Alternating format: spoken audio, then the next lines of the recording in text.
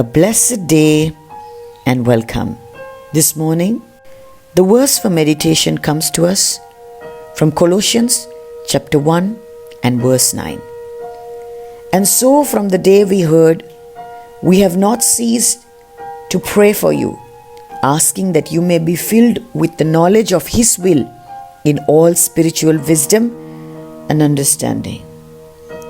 Yesterday we learned that prayer has the power to reach its destination, and therefore it produces confidence in the heart of the righteous man to approach God's throne without ceasing.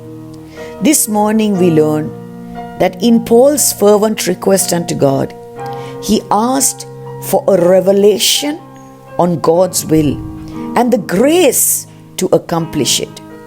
As we heard last week, false teachers were trying to invade the church in Colossae.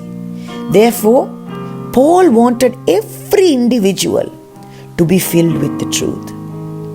Being filled with the Word is equal to being filled with the Spirit. A Spirit-filled Christian is not motivated by his own desires or will to progress.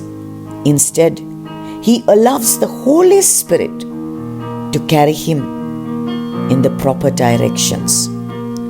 Paul prays that his friends may conduct themselves in such a way as to please God. Beloved ones, there is nothing in this world so practical as prayer. It is not escape from reality. In fact, prayer and action go hand in hand. We pray not in order to escape life, but in order to be better able to meet it. F.B. Meyer was sailing many years ago to England from Northern Ireland. He told the story of how it was night, and as the ship entered the harbor, nothing was to be seen but a confusing array of lights. Dr. Meyer wondered how the captain could hope to navigate into the harbor safely at night in such a confusing jumble of lights. And so he asked him.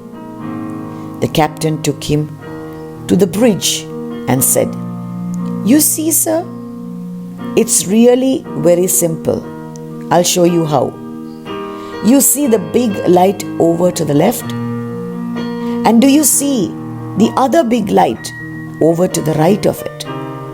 And now, do you see that outstanding light further still away?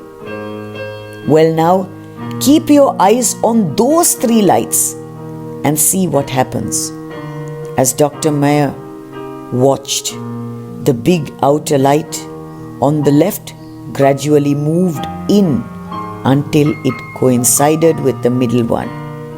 Then, as the ship turned, the light gradually merged into the third.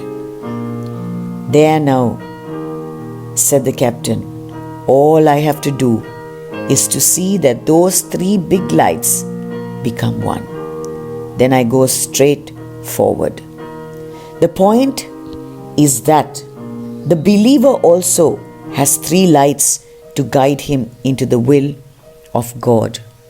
When scripture and conscience are lined up with outward circumstances so that the three become one, we need not fear. We may go straight ahead, for God's will is clear. Let us pray.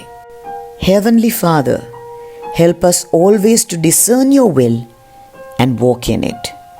In Jesus' name we pray. Amen. Shalom. Maranatha.